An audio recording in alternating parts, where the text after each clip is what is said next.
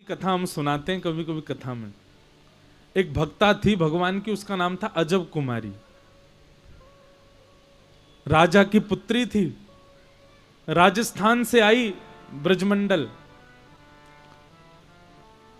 उसके पिताजी ने उसको 4 दिन का समय दिया, बोले 4 दिन के लिए ब्रज भेजूंगा बस। वो कहती पिताजी मुझको ब्रज में ही बसने दो। पिताजी बोले तू राजा की बेटी, ऐसे रहने नहीं दूंगा मैं तुझे, 4 दिन के लिए चली जा। तो 4 दिन के लिए वृंदावन आई, श्रीनाथ जी के मंदिर में। अब रोज रोवे ठाकुर जी के आगे, बोले ठाकुर जी मुझे रोक लो, मुझे नहीं जाना, मैं यहां से जाते ही मेरे को ऐसा लगता मेरे प्राण निकल जाएंगे। अजब कुमारी ने सोचा ये तो सुनने वाले नहीं है, ये तो यूं ही खड़े रहेंगे, कुछ करेंगे धरेंगे नहीं, मुझे ही कुछ करना पड़ेगा।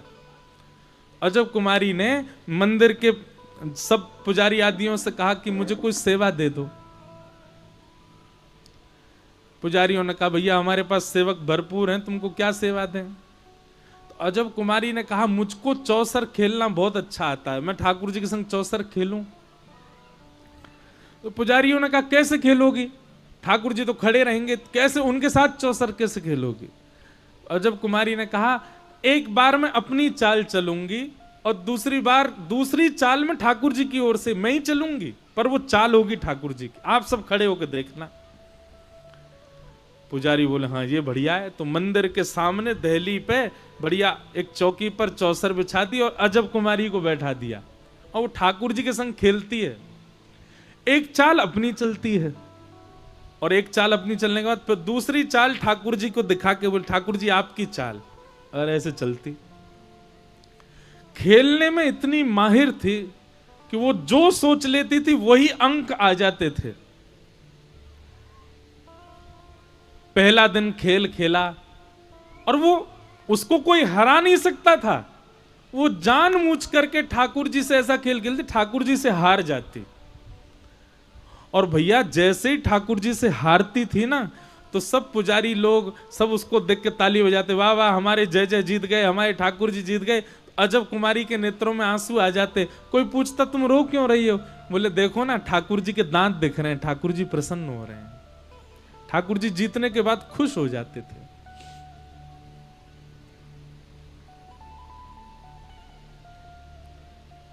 एक दिन अंतिम दिन था, आज अजब कुमारी को वापस जाना है। 3 दिन से तो ठाकुर जी जीत रहे थे, आज अजब कुमारी पहले ही सोच के बैठी आज नहीं जीतने दूंगी, आज तो मैं ही जीतूंगी। और ठाकुर जी को उसने चुनौती दे दी बैठती, बोले ठाकुर जी 3 दिन से जीत रहे हो और सच्चाई आप भी जानते हो कि आप कैसे जीत रहे हो। सब लोग बहुत ध्यान से सुनना, सच्चाई आप भी जानते हो कि आप कैसे जीत रहे हो, पर आज मैं आपको चुनौती दे रही हूं। सब पुजारी पंडा सब बैठे थे, बोले मैं चुनौती दे रही हूं, आज ठाकुर जी जीत के दिखाएं मुझसे। और उसने ऐसे दांव खेले, ऐसे ऐसे ऐसे पासे डाले कि महाराज सामने खड़े श्रीनाथ जी के मुखमंडल पर प्रश्वेत के बिंदु, पसीना आ गया ठाकुर जी को। और अजब कुमारी जीतती जाए, ऐसी ऐसी चाल खेले, ठाकुर जी तो हार गए। हारने को बस अंतिम चाल बची थी, और इस अंतिम चाल में पता चल जाना था कौन जीतेगा कौन हारेगा। अजब कुमारी आज क्रोध में भर करके खेल रही है ठाकुर जी को हराने की, और ठाकुर जी हार ही रहे हैं, सबरे वस्त्र गीले हो गए पसीना से ठाकुर जी के मंदिर में खड़े खड़े। अचानक से अजब कुमारी के नेत्र बंद हुए और ठाकुर जी उसके हृदय में प्रकट है गए, और प्रकट है के बोले एरी हरा के जाएगी का मोकू। ठाकुर जी बोले हाँ। अजब कुमारी बोली हाँ आज हराऊंगी आपको। ठाकुर जी बोले मेरी नाक कट जाएगी, सबरे पंडा पुजारी खड़े हैं, इन सबन के आगे मेरी नाक कट जाएगी, देख ले तू, देख तू खेल में बड़ी माहिर है, और मोकू पता हो 3 दिन तेने ही मोकू जिता, आज भी जिता दे। अजब कुमारी बोली एक शर्त। बोले क्या।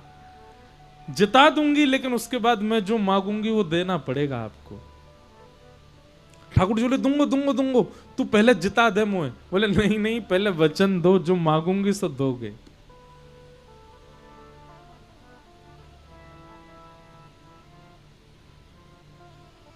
ठाकुर जी ने वचन दिया, जो मांगोगी सो दूंगा। और अंतिम चाल जानबूझ करके ऐसी खेली कि अजब कुमारी हार गई, ठाकुर जी जीत गए।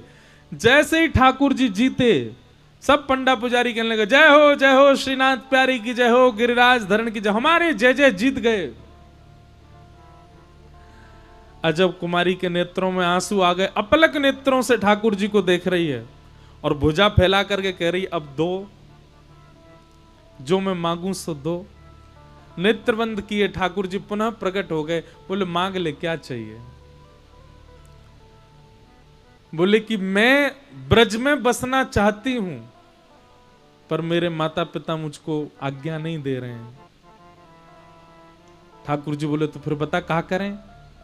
बोले, मैं तो नहीं बस पा रही, मैं तो नहीं आ पा रही ब्रजधाम, आप मेरे संग चलो। जहां मैं रहती हूं मेरा भवन है, मेरे पिताजी विराजते हैं राजमहल में, वहीं चलो। ठाकुर जी बोले, जे कहा मांग रही है, जे ना दे सकूं मैं? बोले, आपने वचन दिया था मुझको, और यदि आपने मेरी बात नहीं मारी तो मैं तुरंत पुजारियों से कहूंगी एक खेल और खेलूंगी। 4 बार तो मैंने जिताया है इनको, अब की बार ये जीत के दिखाएं, और 5वीं बार मैं हरा दूंगी आपको। ठाकुर जी बोले, देख ऐसे। बोले, नहीं, आप अपने वचन के पक्के रहिए, आपने कहा था कि आप चलोगे मेरे साथ। अजब कुमारी के उस प्रेम भाव पर ठाकुर जी रीझ गए, और हमारे श्रीनाथ जी, हमारे श्री गिरिराज धरण आज से 500 वर्ष पूर्व अजब कुमारी के लिए राजस्थान चले गए, वहीं विराज गए। आज भी ठाकुर जी मेवाड़ में विराजते हैं, उदयपुर के पास। वहीं श्री गिरधर लाल जी का इस बार उत्सव है, 11 से 17 जनवरी, श्री नाथ द्वार लाल जी विराज के। इसी कलिकाल में ठाकुर जी ब्रज वृंदावन छोड़ करके नाथ द्वार चले गए अजब कुमारी के लिए।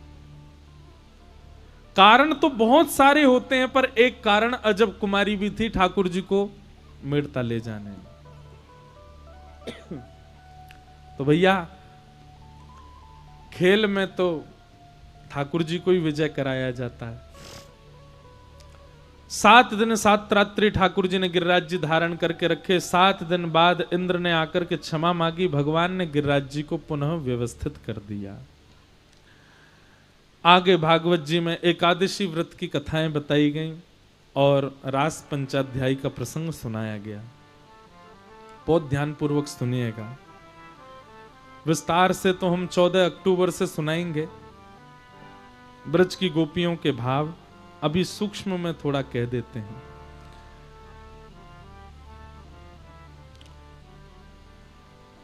भगवान पिता रात्रि शरदोत्फुल्ल मल्लिका विक्षरन्तुं मनश्चक्रे योग मायामुपाश्रित। बहुत ध्यान से सुनना। भगवान ने गोपियों के साथ रास विहार किया और लोगों को बोलने के लिए बात मिल गई। ठाकुर जी तो रास करते हैं, गोपियों के गले में गलवैयां डाल के हमारे भगवान तो रास करते हैं। कई लोग प्रश्न उठाते हैं, भैया ये दुर्भाग्य है कि हमको इसका प्रमाण देना पड़ता है, पर कोई बात नहीं, आप सबका संशय दूर होना चाहिए। अगर आप परमात्मा को साधारण जीव समझते हो, साधारण मानव समझते हो और उनकी लीलाओं को मानवीय लीला समझते हो, तो भगवान श्री कृष्ण ने जब रास विहार किया, ठाकुर जी की आयु 7.5 वर्ष की है। कितने? 7.5। कोई 7.5 वर्ष का बालक हो, यहां पे जरा देखना उसको कैसा लगता है, छोटा सा। और भगवान के साथ रास में नृत्य कर रही जो गोपियां हैं, उनकी आयु कितनी है? बोले आबाल वृद्ध वनिता। अधिक से अधिक गोपियां, कई गोपियां तो यशोदा जी की उम्र की हैं, ठाकुर जी के संग जो रास कर रही हैं। 80 बरस के थे नंद बाबा यशोदा मैया जब ठाकुर जी का जन्म हुआ, तो रास विहार के समय करीब 90 वर्ष की आयु है। तो कई गोपियां तो 90-90 साल की हैं, कई गोपियां उससे भी बड़ी हैं, 100 वर्ष की भी गोपियां हैं, वृद्धा गोपियां भी हैं, ऐसी ऐसी गोपियां भी हैं रास बिहार में जो 2 गोपियों का सहारा लेकर के आई हैं। ऐसी ऐसी गोपियां भी हैं जिनके दांत भी नहीं है, और ऐसी गोपी भी है जिसकी आयु केवल 6 वर्ष की है। अगर आयु का पैमाना आप देखो तो 6 वर्ष से लेकर के और 300, 400, 500 वर्ष तक की गोपियां हैं ठाकुर जी के संग रास बिहार में। और जो भावना 6 वर्ष की गोपी की ठाकुर जी को देख करके, ठीक वही भावना 100-150 वर्ष की भगवान की मातृ तुल्य, भगवान की दादी तुल्य गोपी की भी वही भावना है, एक सी भावना। इसको आप काम लीला या संसारी लीला कैसे समझ सकते हो? 6 वर्ष की गोपी में कैसा भाव आता है ठाकुर जी को देख करके? अरे 6 वर्ष के बालक में उसको यह भी भेद नहीं पता होता स्त्री पुरुष कौन होते हैं।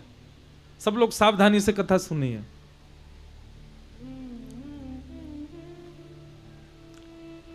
लेकिन 6 वर्ष की गोपी भी ठाकुर जी को प्रियतम रूप में देख रही है। क्या जाने 6 वर्ष का बालक आज भी, आज तो मोबाइल फोन है, आज तो टीवी लग गए हैं, इंटरनेट सुलभ हो गया है सबको। आज भी बच्चे नहीं जानते 6 वर्ष की आयु के कि स्त्री पुरुष क्या होता है, दोनों के संबंध क्या होते हैं। और ठाकुर जी के प्रति, ठाकुर जी का जिसके प्रति मातृभाव हो, दादी का भाव हो, उस आयु की गोपी भी है रास बिहार में, उसके अंदर कैसे प्रियतम भाव आ सकता है ठाकुर जी को देख के? पर उसके चित्त में भी वही भाव है। ये काम लीला नहीं है, ये प्रेम लीला है।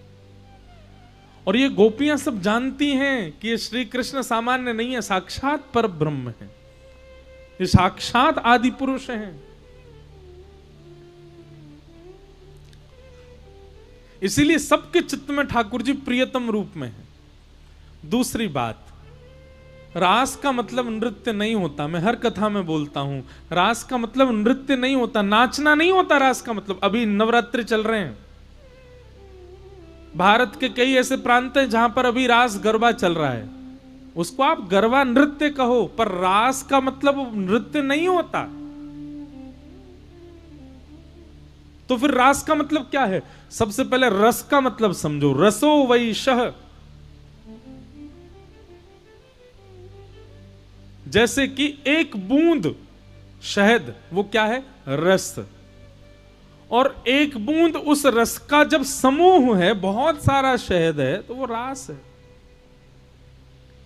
मधु निलिल्लु रशेष रस।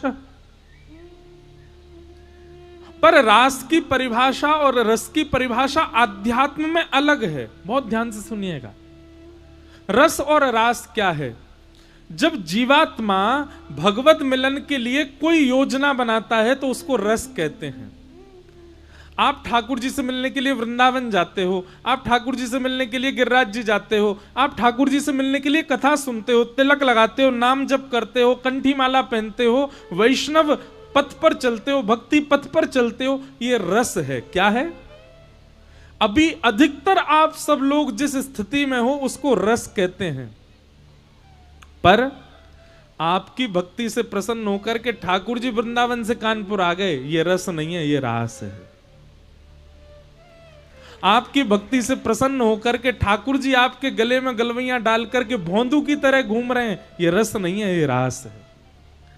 बाकी सबको तो ठाकुर जी पाषाण के रूप में दिख रहे हैं, पत्थर के रूप में दिख रहे हैं, धातु के रूप में दिख रहे हैं, पर आपको ठाकुर जी सचल रूप में दिख रहे हैं, ये रास है।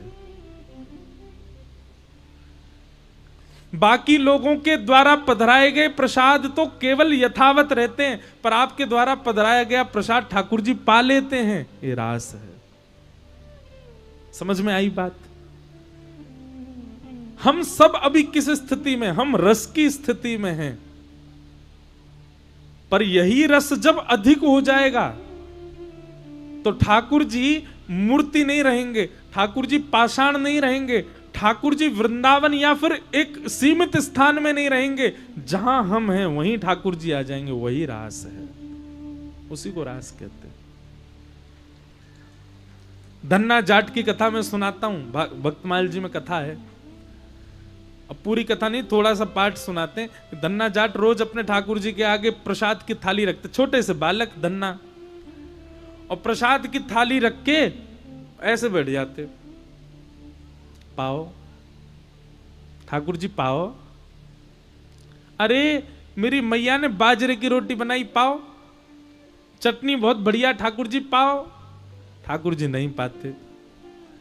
खूब देर हो गई, ठाकुर जी ने जब नहीं पाया तो धन्ना जाट बोले, आपको हमारे घर का प्रसाद भा नहीं रहा है, आप नहीं पाओगे, मैं भी नहीं पाऊंगा। भूखे ही सो गया। अगले दिन भूख प्यास लगी है, छोटे से बालक को भूख कहां सहन होती है। दूसरे दिन ठाकुर जी के आगे हाथ जोड़े, बोले आप नहीं पा रहे हो, हमारे घर का प्रसाद आपको बढ़िया नहीं लग रहा, पर मुझे बहुत जोर की भूख लगी है, मेरे लिए पा लीजिए, आप पाओगे तो मैं पाऊंगा। दूसरे दिन थाली रखी, वो ठाकुर जी आज तो पा लो। ठाकुर जी ने आज भी भोग नहीं लगाया। बेचारा धन्ना बालक रोने लगा ठाकुर जी के आगे, बोले मुझे बहुत जोर की भूख लगी है और मैं तब तक नहीं पाऊंगा जब तक आप नहीं पाओगे। क्यों नहीं पा रहे हो? दूसरे दिन भी रोता रोता भूखा ही सो गया। हम आप होते ना, अरे महाराज कहां तक कहें, एकादशी दिन वाले दिन भी इस पेट पर रहम नहीं करते हम लोग। उस दिन भी सब लोग दुनिया भर के व्यंजन बनाना जानते हैं। कहा गया क्या करो? फलाहार। क्या करो? फल का आहार सेवन करो। लेकिन फलाहार के नाम पर क्या क्या बनता है। बाकी के दिन तो हमारी कैलोरी बढ़ती होगी 200, लेकिन एकादशी वाले दिन तो 1000 पार कर जाती होगी। इतना तेल पाते हैं, इतना घी में बना हुआ कुटू की पकौड़ी, कचौड़ी, खीर, ये वो। अभी नवरात्रि चल रहे हैं, फलाहार पाने के लिए आज्ञा दी गई है। वो महाराज सुबह से ही माताएं बहनें लग जाती हैं खाने पकाने में। हम कोई विरोध नहीं कर रहे, ये मत सोचना कि हम मना, पाओ, पर भाई व्रत को व्रत रहने, व्रत जैसा लगे, थोड़ा अल्प ही पाओ। पर धन्ना ने दूसरे दिन भी कुछ नहीं पाया। तीसरे दिन बेचारा धन्ना, इतनी कमजोरी आ गई, छोटा सा बालक। तीसरे दिन फिर थाली लगा के लाया, बोले ठाकुर जी कल तक तो मैं प्रार्थना कर रहा था, आज तो मेरे प्राण ही निकल जाएंगे, आपने नहीं पाया तो मैं पाऊंगा नहीं जब तक आप नहीं पाओगे। अच्छा पर्दा कर दूं, मेरे सामने बैठ के पाने में आपको दिक्कत है, लो रस्सी लाया, पर्दा कर दिया ठाकुर जी, अब पाओ। बीच बीच में पर्दा हटा के देखे पा रहे कि नहीं, ठाकुर जी अभी भी बैठे। धन्ना को तो गुस्सा आया, अब रोता रोता बेचारा ठाकुर जी की तरफ पीठ करके बैठ गया, रूठ गया ठाकुर जी से। जैसे ही रूठ करके धन्ना बैठा, नेत्रों से आंसू, बोले दुनिया गलत बोलती है, संत महापुरुष गलत, आप भक्त वत्सल हो, आप बड़े दयालु, अरे आपसे ज्यादा निष्ठुर मैंने कोई नहीं देखा। अरे इतनी इतनी निर्दयता, 3 दिन से बालक को भूखा रखा आपने। कोई बात नहीं, मत पाओ, मैं भी हटीला हूं, जब तक नहीं पाओगे मैं भी नहीं पाऊंगा, चाहे प्राण निकल जाए मेरे। सिसक सिसक करके रो रहा था धन्ना। तभी महाराज जोर जोर से चटकारों की आवाज आने लगी। चटकारे समझे? जैसे हाथ में कभी दाल चावल लग जाए तो मुंह में उंगली लेके जोर से चाटते हैं ना, और फिर ऐसे चूस करके बाहर निकालें तो जो चप चप आवाज आती है, ऐसे चटकारों की आवाज आ रही थी। धन्ना बोला ये चटकारे कौन ले रहा है? और जैसे ही पर्दा हटा करके देखा, नेक्स्ट से गोपाल जी के पूरे मुंह पे खीर लगी है, सबरे बर्तन में सब सामग्री फैल गई हैं और ठाकुर जी चटकारे ले ले करके पा रहे हैं। आहा, उस छवि को देख करके धन्ना प्रसन्न हो गया। ठाकुर जी ने अपने झूठे हाथ में लगी भाई सामग्री नेक उठाई और धन्ना की ओर के बोले जल्दी मुंह खोल पा, और धन्ना को पवाने लगे। ये क्या है? यही रास है। 3 दिन तक धन्ना जो स्थिति में था वो रस था, लेकिन उसकी स्थिति से ठाकुर जी प्रसन्न होकर के सचल हो गए। यही रास है। अब कभी हमारे साथ ऐसा हो जाए,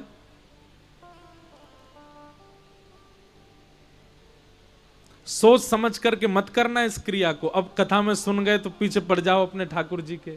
धन्ना के यहां पाए थे, हमारे यहां भी पाओ। धन्ना तो बेचारा सरल था, सहज था, सीधा था। बहुत कथाएं हैं। दो सखियों की कथा है कि उन्होंने ठाकुर जी ऐसे लड्डू गोपाल ऐसे बैठे रहते हैं ना, ठाकुर जी को देख करके मन में सोचा बेचारे इनके हाथ पांव दर्द रह गए होंगे।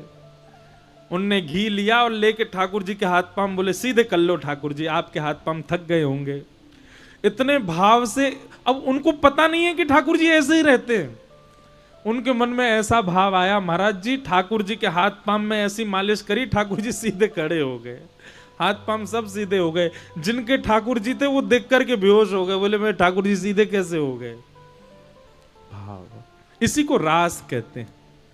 तो जब तक आप प्रस्तुत कर रहे हो और ठाकुर जी देख रहे हैं वो रस है, लेकिन जब तक जिस दिन आपने प्रस्तुत किया और ठाकुर जी ने स्वीकार कर लिया वही रास है, इसको रास कहते हैं। और सुनिए, जब तक रस होता है तब तक भाव उमड़ता है, लेकिन जिस दिन रास होता है ना उस दिन तो नृत्य ही होता है, उस दिन तो नाचोगे ही आप। जिस दिन रास हो जाएगा उस दिन बैठे थोड़ी रहोगे। महाराज थाली धर के आए मंदिर में, ठाकुर जी के आगे भोग लगाओ, ठाकुर जी कपाट बंद करके बाहर आ गए, थोड़ी देर में जाकर के देखी तो सबरी थाली चट कर गए ठाकुर जी।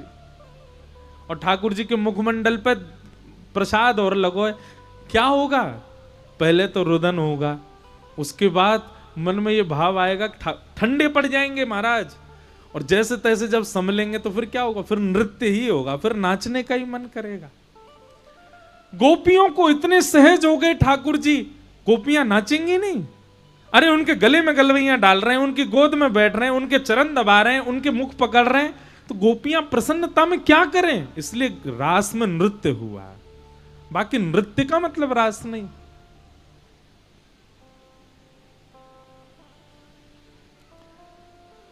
सब गोपियों को ठाकुर जी ने वेणु रव करके बुला लिया। सब गोपियां अर्धरात्रि में आ गईं, भगवान के सामने आकर के खड़ी हो गईं। हजारों लाखों गोपियों को देख करके ठाकुर जी ने सबसे पूछा अपने आने का कारण बताओ। भगवान परीक्षा लेने लगे। गोपियां सब बोली पहले तो हमको बुला लिया, अब पूछ रहे आने का कारण। अरे कारण आप नहीं जानते? आपको सब तो पता है कि हम आपको प्रियतम मानती हैं, आपके प्रति हमारा प्रेम भाव, पूछ क्यों रहे हैं?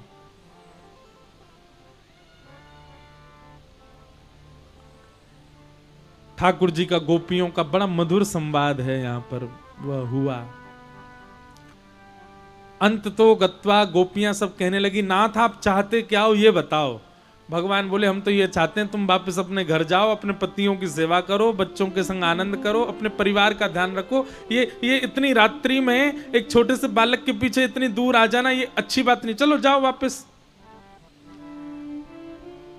गोपियां सामने खड़ी खड़ी बोली देखिए हमारा प्रेम ऐसा, हम चली जाएंगी पर हमारी एक वस्तु आपके पास है वो हमें वापस करो। ठाकुर जी बोले क्या है मेरे पास? गोपियां कहती हैं हमारा चित्त आपके पास है, हमारा मन आपके पास है, वो दे दीजिए। चित्तम सुखेन भवता पहितम ग्रहेषु यन्निर्विशस्त्य तु करावपि ग्रह्य कृत्ये पादौ पदम न चलतस्तव पादमूलात् यामः कथम भ्रजमतो करवाम किं वा। नाथ, संसार में कोई भी व्यक्ति कोई भी क्रिया करता है उसमें चित्त का लगना बहुत जरूरी होता है। हम संसार में कुछ नहीं कर पाएंगे, क्यों? क्योंकि चित्त आप में लगा हुआ है, चित्त आपके पास है, मन तो आपने रख लिया है। हम कैसे जाएं बिना मन के? हमारा मन वापस दे दो हम चली जाएंगे। इस बात से ठाकुर जी रीझ गए। गोपियों ने वो कह दिया जो ठाकुर जी सुनना चाहते थे। क्या? हमारा मन आपके पास है, हमारा मन आप में लग गया है। सर्वधर्मान परित्यज्य, गीता में भगवान कहते हैं, प्रसिद्ध श्लोक है, माम एकम शरणम ब्रज। ठाकुर जी कहते हैं सब छोड़ मेरी शरण में आ जा। हमसे वही नहीं होता, सब छूटता नहीं है हमसे, हम सब पकड़ के ठाकुर जी के पास जाते हैं। लेकिन गोपियां तो आज कह रही हैं कि हम सब छोड़ के आ गई हैं नाथ आपकी शरण में।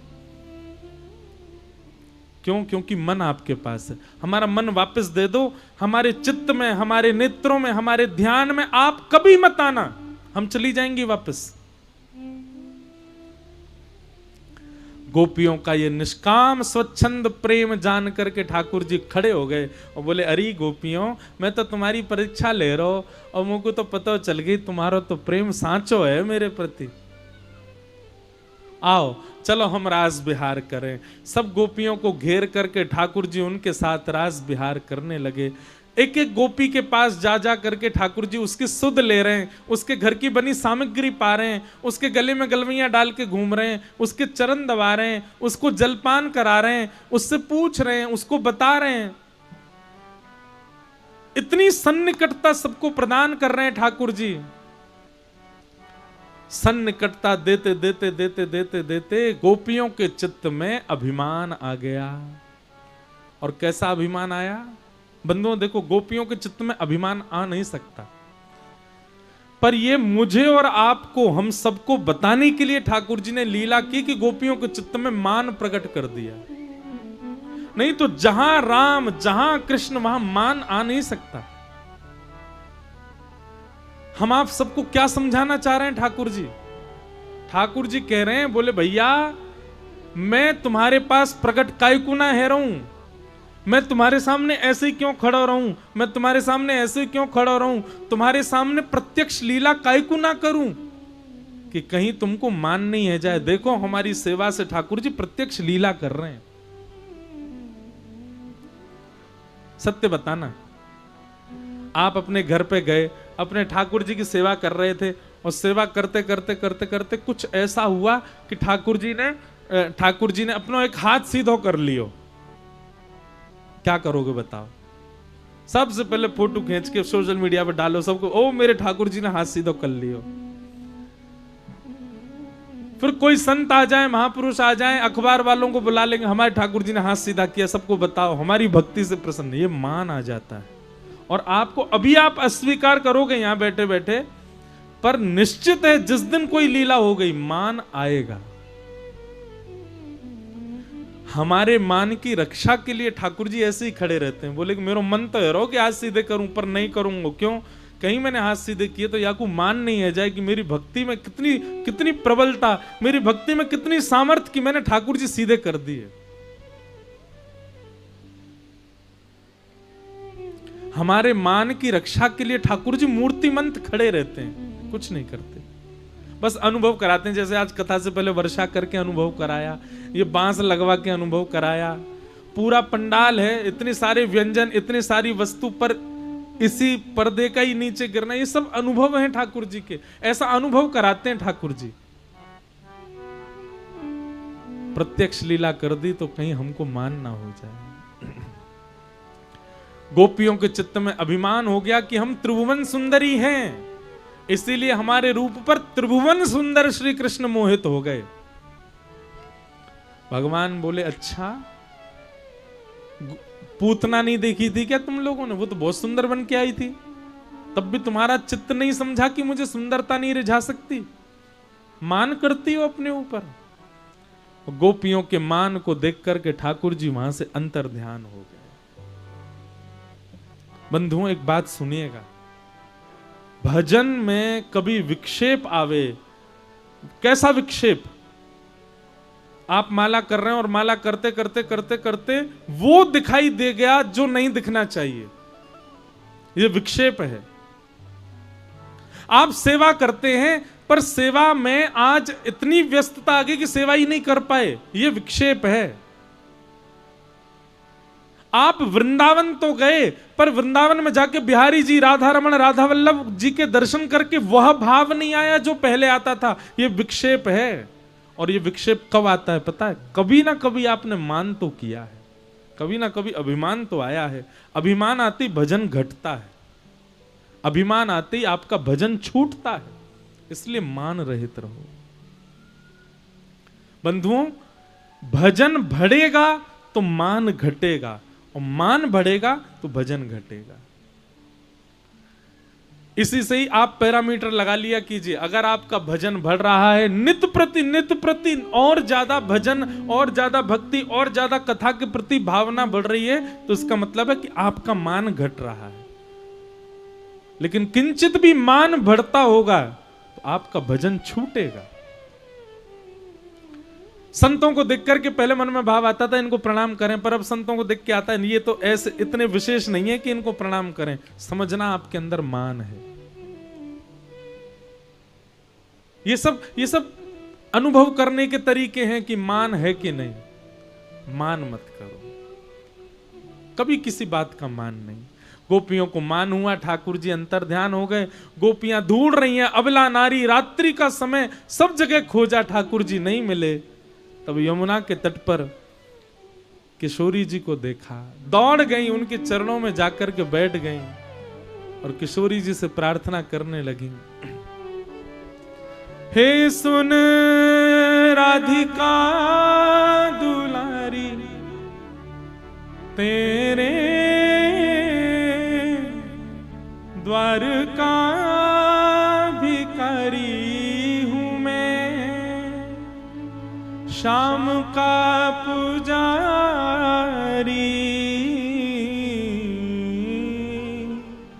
पीड़ा है हमारी, हमें श्याम ना मिला, हमें श्याम ना मिला, हमें श्याम ना मिला, हमें श्याम ना मिला, हमें श्याम ना मिला, हमें श्याम ना मिला, हमें श्याम ना मिला, हमें श्याम ना मिला।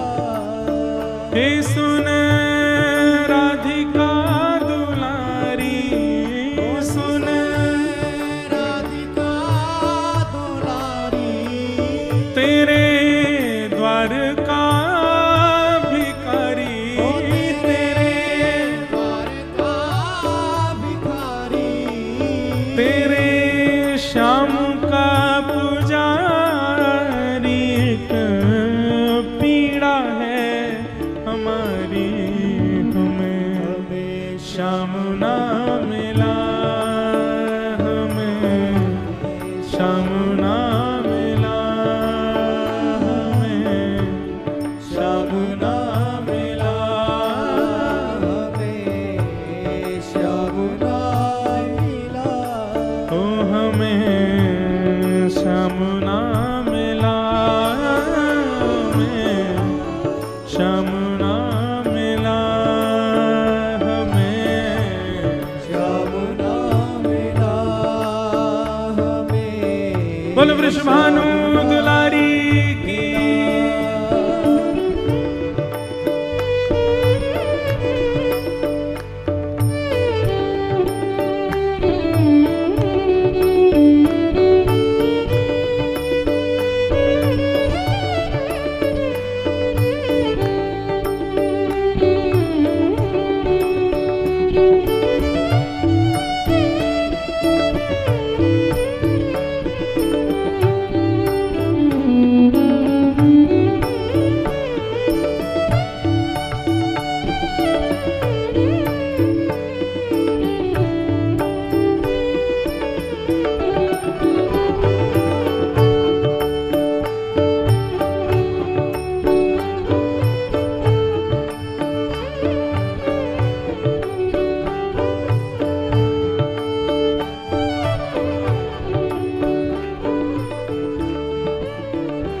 हम सोचते थे कान्हा कहीं कुंजल में होगा, सोचते थे कान्हा, सब लोग कुंजल में होगा, हम सोचते थे कान्हा कहीं कुंजल में होगा, सोचते थे कान्हा कहीं कुंजम में होगा, अभी तो मिलन का हमने सुख नहीं भोगा, अभी तो मिलन का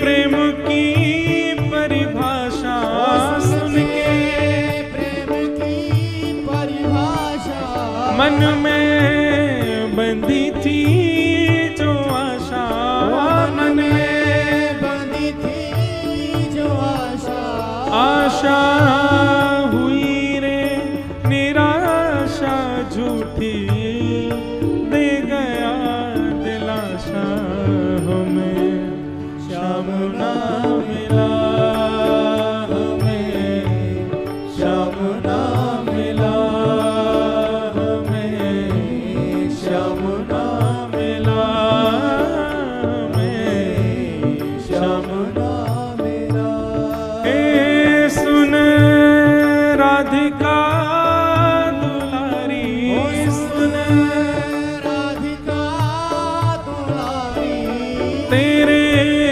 द्वार का भिखारी, तेरे द्वार का भिखारी, हूँ मैं शाम का पुजारी, पीड़ा है हमारी, हमें श्याम ना मिला, हमें श्याम ना मिला, हमें श्याम ना मिला,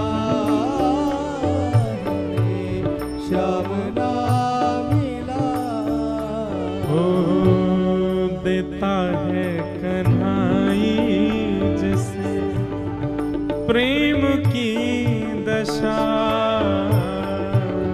देता है कन्हाई जिसे बहुत ध्यान से सुनिएगा इस पंक्ति को, की दशा,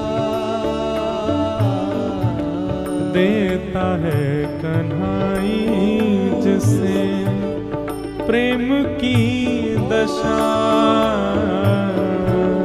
देता है कन्हाई जिसे प्रेम की दशा, हो सब विधि उसकी लेता है परीक्षा, ओ सब विधि उसकी लेता है परीक्षा, कभी ठाकुर जी से प्रेम भाव यदि आपका प्रकट हो रहा हो, आप ठाकुर जी से प्रेम करते हैं और फिर उसके बाद कोई परीक्षा आपकी ना हो रही हो, तो समझना आपका ही भाव है, ठाकुर जी को प्रेम नहीं है आपसे। लेकिन आपने प्रेम भाव प्रकट कर दिया ठाकुर जी के प्रति, वृंदावन के प्रति, कथा के प्रति, गुरुजनों के प्रति, वैष्णवों के प्रति, लीला के प्रति, और उसके बाद परीक्षाएं होती हैं। अच्छा, परीक्षा फिर संसार के आर्त आपको परीक्षा नहीं लगेंगे। कृष्ण प्रेम यदि चित्त में आ गया और कृष्ण प्रेम चित्त में आने के बाद में घर वाले यदि आपकी बात नहीं मानते तो वो आपको परीक्षा नहीं लगेगी। पति आपका विपरीत हो गया, वो आपको परीक्षा नहीं लगेगी। बच्चे आपकी बात नहीं सुनते, वो आपको परीक्षा नहीं लगेगी। पत्नी आपकी मनमौजी है, वो आपको परीक्षा नहीं लगेगी। फिर आपको परीक्षा यही लगेगी कि मन तो है वृंदावन जाएं पर जा ही नहीं पा रहे, कोई ना कोई अड़चन आ रही है, तो समझो ये परीक्षा। कथा सुनने का बहुत मन होता है पर किसी कारण से कथा नहीं सुन पाते, तो ये परीक्षा है। ठाकुर जी की सेवा करना चाहते हैं बस किसी कारण से सेवा नहीं, ठाकुर जी से संबंधी किसी कार्य में रुकावट आना, ये परीक्षा लगेगी आपको। संसारी भाव आपको परीक्षा नहीं लगेंगे। ठाकुर जी जिसको प्रेम की दशा देते हैं उसकी परीक्षा लेते हैं, और चाहे वो प्रेम संसार से हो, चाहे वो प्रेम ठाकुर जी से हो, प्रेम होगा तो परीक्षा होगी। जिसमें परीक्षा नहीं हुई वो प्रेम नहीं है। देता है कन्हाई जिसे प्रेम की दशा, देता है कन्हाई जिसे प्रेम की दशा,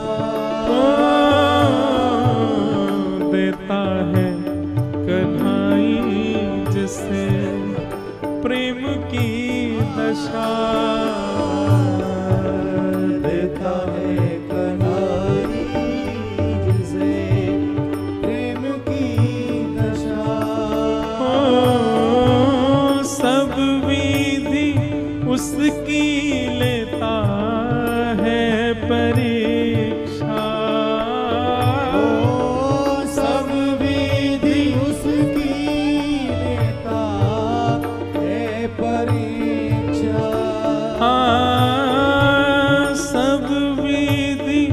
उसकी लेता है परीक्षा। सब विधि उसकी लेता है परीक्षा। कभी निकट बुलाए, कभी निकट बुलाए, कभी दूरियां बढ़ाए, कभी दूरियां बढ़ाए, कभी निकट बुलाए, कभी निकट बुलाए, कभी दूरियां बढ़ाए, कभी दूरियां बढ़ाए। छलिया हाथ नहीं आए, छलिया हाथ नहीं आए, हमें श्याम ना मिला, हमें श्याम ना मिला, हमें श्याम ना मिला, हमें श्याम ना मिला। हे सुन राधिका दुलारी,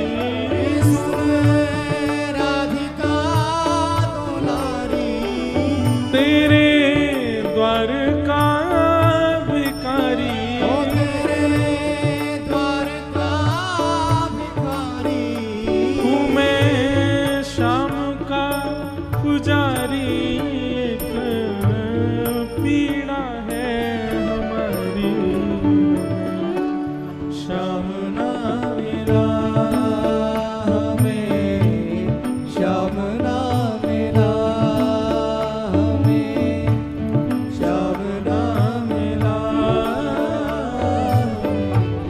श्याम ना मिला, हमें श्याम ना मिला, हमें श्याम ना मिला, हमें श्याम ना मिला, हमें श्याम ना मिला।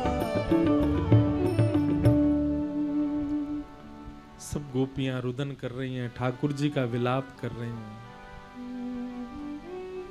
अपना यहाँ जिसे कहे सब कोई, अपना यहाँ जिसे कहे सब कोई, उसके लिए ही मैं दिन रात रोई, उसके लिए ही मैं दिन रात रोई।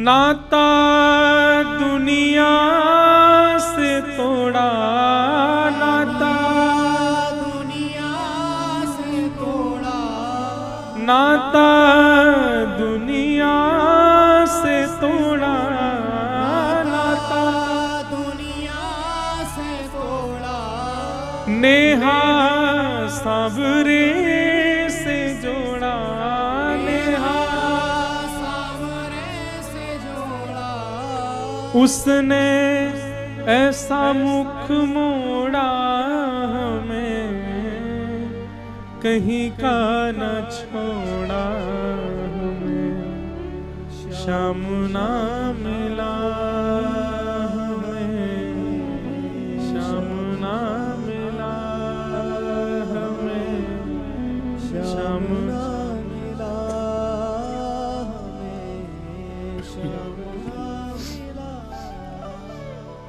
सुन राधिका दुलारी, सुन राधिका दुलारी, सब लोग पुकारो, सुन राधिका दुलारी, ओ सुन राधिका दुलारी, तेरे द्वार का भिखारी हूँ मैं, तेरे द्वार का भिखारी, हूँ मैं श्याम का पुजारी, एक पीड़ा है हमारी, हमें श्याम ना मिला, हमें श्याम ना मिला, हमें श्याम ना मिला, हमें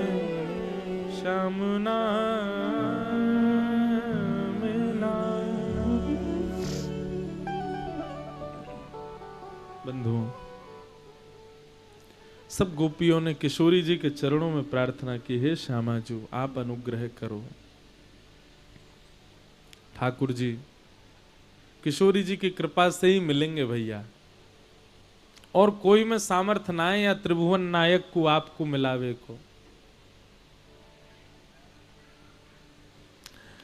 गोपियों ने गोपी गीत गाया, जयति तेधिकम जन्मना ब्रजः श्रयतन्दिरा सस्वदत्रहि दैतदृश्यता दीक्षुतावक स्त्वैधृता सब स्वां विचिन्वते शरदुदासये साधुजात सरसी जोदर श्रीमुषा। गोपी गीत कम से कम जो निष्ठावान वैष्णव यहां बैठे हैं, जो तुलसी निष्ठा, एकादशी निष्ठा, नाम निष्ठा तीनों करते हैं, उनको गोपी गीत याद होना चाहिए, कंठस्थ होना चाहिए। और चलते फिरते ठाकुर जी की जब याद आए तब गोपी गीत गाओ। हमारी एक बात सुनेंगे बंधु, स्तुतियों का गायन, नाम जप, ये कब किस परिस्थिति में विशेष रूप से करना चाहिए? हम लोग कब करते हैं? जब हमारे जीवन में विपत्ति आ गई तो हम ठाकुर जी को बहुत याद करते हैं। विपत्ति आने पर ठाकुर जी को स्मरण, ठीक है, वो एक कोने में रखो। विशेष रूप से भगवत स्मरण कब करना चाहिए? जब विषय आपके ऊपर आवे, जैसे कि क्रोध आ रहा है बहुत जोर से, किसी ने कुछ ऐसा कर दिया महाराज कि आपको क्रोध ही आ रहा है, बस जैसे ही क्रोध आए तभी जपने लग जाओ, जय जय राधे कृष्ण राधे गोविंद।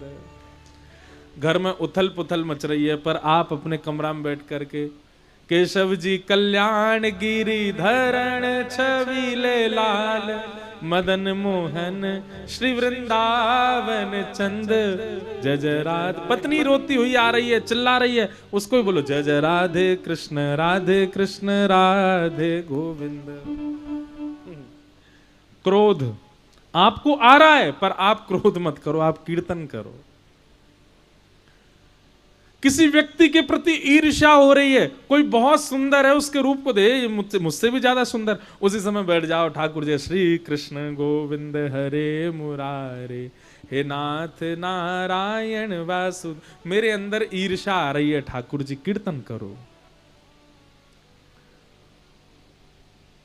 किसी की वस्तु के प्रति लोभ आ जाए, कोई बहुत बड़ी गाड़ी में बैठ करके आया, उसकी गाड़ी देख करके आपको लोभ आ गया, लोभ आते ही तुरंत महाराज करार विंदे न पदार विंदम मुखार विंदे विनवेशयंतम वटस्य पत्रस्य पुटेशयानम बालम मुकुंदम मनसा स्मरामि। ठाकुर जी का स्मरण करो। ये क्या है पता है? आपके चित्त में काम क्रोध लोभ मोह ये सब आते हैं आपको बिगाड़ने के लिए, आपको क्षतिग्रस्त करने के लिए, लेकिन आप तुरंत भगवान नाम की औषधि धारण कर लेते हो, तो जो भी रोग आया, बुखार चढ़ते ही डोलो खा लो, उतर जाएगा। ऐसे ही जैसे ही जीवन में कोई आर्त आवे, कोई विषाद आवे, कोई विषय आपके ऊपर आक्रमण करे, जैसे ही लगे कि काम बढ़ रहा है चित्त में, किसी का रूप यौवन देख करके महाराज चित्त में काम के उद्दीपन हो रहा है, उसी समय नेत्र बंद करो और नेत्र बंद करके तुरंत किशोरी जी का स्मरण करो। श्यामा प्यारी कुंज बिहारी, जय जय श्री हरिदास। महाराज काम, क्रोध, लोभ, मोह, क्रोध, ईर्षा, द्वेष, अभिनिवेश, ये सारे रोग हैं। इनकी औषधि भगवान नाम है, पर हम रोग आने पर औषधि नहीं ले रहे हैं, तो फिर रोग तो चढ़ेगा ना, रोग तो अपना असर दिखाएगा। जैसे ही लगे ईर्ष्या आई, जैसे ही लगे क्रोध आया, जैसे ही लगे काम आया, जैसे ही लगे कुछ आ रहा है चित्त में जिससे मेरा सब उथल पुथल होने वाला, तुरंत भगवान नाम गाने लग जाओ। इसका पता परिणाम क्या होगा? कुछ दिनों के बाद ये सब आपके ऊपर आने से डरेंगे। काम बोलेगा मैं इस पर कैसे जाऊं, जैसे ही जाऊंगा सुई गाने लग जाएगा, श्यामा प्यारी। अरे भाई, काम जब सवार हो तब तो वैश्याओं का चिंतन होना चाहिए, तब तो नर्तकियों का चिंतन होना चाहिए, तब तो रूप यौवन का चिंतन होना चाहिए। पर काम आने पर आप कुंज बिहारी श्री हरिदास करोगे, श्यामा प्यारी को चिंतन करोगे तो काम भागेगा नहीं। क्रोध आने पर आपका ताम्रवर्ण हो जाना चाहिए, आंखें लाल, हाथ मुट्ठियां बंध गई, महाराज किसको फोड़ दें, किसको फाड़ दें, किसका क्या कर दें हम। पर उसी समय आप ठाकुर जी का चिंतन करने लग जाओगे तो क्रोध कहेगा भैया मैं आया था इसको उत्तेजित करने, मैं आया था इसको ताम्रवर्ण का करने, पर ये तो नाम का पानी डाल रहा है अपने ऊपर, कैसे आऊं। आइंदा क्रोध आने में डरेगा, आइंदा ईर्ष्या आने में डरेगी, आइंदा काम आने में आपके ऊपर डरेगा। तो नाम जब कब करो, भगवत स्मृति कब करो? जब आपको लगे कि विषाद संसार का आपके ऊपर आक्रमण कर रहा है, तभी नाम जप करने लग जाओ। समझ में आई बात? गोपियों ने गोपी गीत गाया, भगवान प्रकट हो गए, प्रकट होकर के गोपियों के साथ अब महारास करने लगे और वृंदावन में महारास होने लगा। जैसे ही महारास प्रारंभ हुआ, कैलाश से देवादिदेव महादेव दौड़े वृंदावन की ओर। गोपियों ने रोक दिया, बोले कहां जा रहे हो? बोले मैं भी रास में नृत्य करूंगा। गोपियों ने कहा, बोले पुरुष केवल एक ही जा सकता है अंदर, श्री कृष्ण। आपको यदि भीतर जाना है तो गोपी बन के आना पड़ेगा। तुरंत महादेव गए, अन्नपूर्णा मैया से कहा हमारा श्रृंगार करो। जटाएं खोल दी, सर्प को निकाल दिया, बोले जाओ थोड़ी देर घूम घाम के आओ। कानों में बिच्छू पहन रखे थे वो भी उतार दिए, हाथन में भी छोटे छोटे सर्प बांध रखे हैं, बागंबर भी सर्प से बांध रखा है ठाकुर जी ने, महादेव ने। सारे वस्त्र बदल दिए, लहंगा पहना दिया, सुंदर चुनरी उड़ा दी, आंखन में काजल लगा दिए, होटल में लालिमा लगा दी, गले में हार पहना दिए, केश खोल करके सुंदर गोपी बना दी। बोलो गोपेश्वर महादेव की जय। अब बात दूसरी सुनो। गोपी का मतलब गोपी जैसा श्रृंगार धारण करना नहीं होता। गोपी का मतलब गोपी जैसा भाव धारण करो। इसके विस्तार में मैं गया नहीं हूं। ललिता जी ने महादेव को यमुना जी के तट पर बैठ करके प्रेम बताया। जब महादेव ऐसे हो गए कि रोम रोम कृष्ण कृष्ण भजने लगा, महादेव देवादिदेव शंकर भगवान के रोम रोम से कृष्ण, कृष्ण मन कृष्ण तन, कृष्ण ही हमारो धन। जब ऐसी स्थिति हो गई, ललिता जी बोली अब आप गोपी बन गए हो। जिसका भोजन भी श्री कृष्ण है, जिसके दर्शन भी श्री कृष्ण है, जिसको सुनना भी श्री कृष्ण को, जिसको स्पर्श भी श्री कृष्ण का, जिसका सर्वांगीण श्री कृष्ण है, वही गोपी है। और अब आप गोपी बन गए हो। तब उन्होंने श्रृंगार गोपी का किया और महादेव महारास में पधारे। महादेव को देख के ब्रह्मा जी भी गोपी बन के आए, 4 मुख वाली गोपी भी आई है, सूर्य भी गोपी बन के आए, चंद्र भी गोपी बन के आए, तारे भी गोपी बन के आए, सब गोपी बन बन करके आए। असंख्य गोपियां जब प्रकट हो गई, ठाकुर जी ने देखा इतनी गोपी, तो जितनी गोपी थी उतने ठाकुर जी भी प्रकट हो गए और तभी वृंदावन में महारास प्रारंभ हो गया। यहां जितनी गोपी बैठी हैं वो भी ये विचार करे कि श्याम सुंदर हमारी भुजा पकड़ के हमारे साथ भी नृत्य कर रहे हैं। अच्छा देखो, कथा सुनते सुनते ऐसा नहीं लगता कभी कभी व्यास जी मेरी बात ही कर रहे हैं मंच से, ओ भैया तानपुरा ठीक कर दे, जन कौन से स्वर में बोल रहे हो है। तो क्या बता रहा था मैं, कथा सुनते सुनते कभी ऐसा भाव नहीं आता कि हम आप सब लोग, ये व्यास जी हमको ही कथा सुना रहे हैं, ये कथा मेरे लिए ही हो रही है, ये मुझे ही बात बताई जा रही है। जब ऐसी भावना आवे तो समझो ठाकुर जी आपके संग रास कर रहे हैं, ठाकुर जी आपको ही सुना रहे हैं।